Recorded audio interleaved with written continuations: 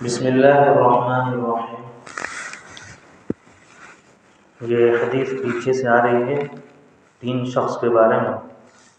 تو تیسرے وہ شخص ہے جس کے بوڑھے والدین میں سے دونوں یا ایک موجود ہوں اور وہ ان کی اس قدر خدمت نہ کرے کہ جس کی وجہ سے جنت کا مستحق ہو جائے۔ والدین کے حقوق کی بھی بہت سی احادیث میں تاکید آئی ہے۔ علماء نے ان کے حقوق میں لکھا ہے کہ مباح امور میں ان کی اطاعت ضروری ہے۔ نیز یہ بھی لکھا ہے کہ ان کی بے ادبی نہ کرے، تکبر سے پیش نہ آئے، اگرچہ وہ مشرک ہوں۔ اپنی آواز کو ان کی آواز سے اونچی نہ کرے، ان کا نام لے کر نہ پکارے، کسی کام میں ان سے پیش قدمی نہ کرے، امر بالمعروف اور نہی عن المنکر میں نرمی کرے، اگر قبول نہ کرے تو سلوک کرتا رہے اور ہدایت کی دعا کرتا رہے۔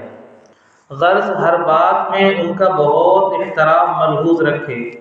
ایک روایت میں آیا ہے کہ جنت کے دروازوں میں سے بہترین دروازہ باپ ہے، تیرا جی چاہے اس کی حفاظت کر یا اس کو ضائع کر دے۔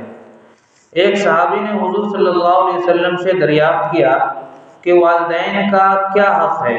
آپ صلی اللہ علیہ وسلم نے فرمایا کہ وہ تیری جنت ہیں یا جہنم، یعنی ان کی رضا جنت ہے اور ناراضگی جہنم ہے۔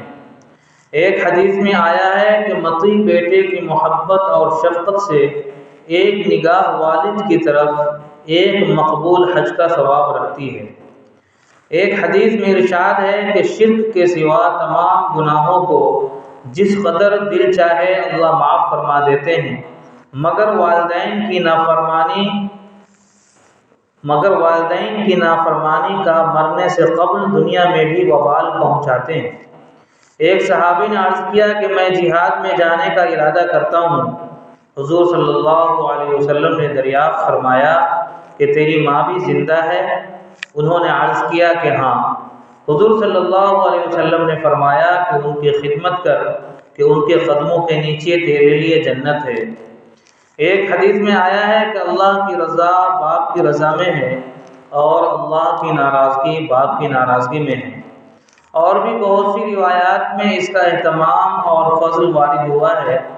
جو لوگ کسی غفلت سے اس میں کوتاہی کر چکے ہیں اور اب ان کے والدین موجود نہیں، شریعت مطہرہ میں اس کی تلافی بھی موجود ہے۔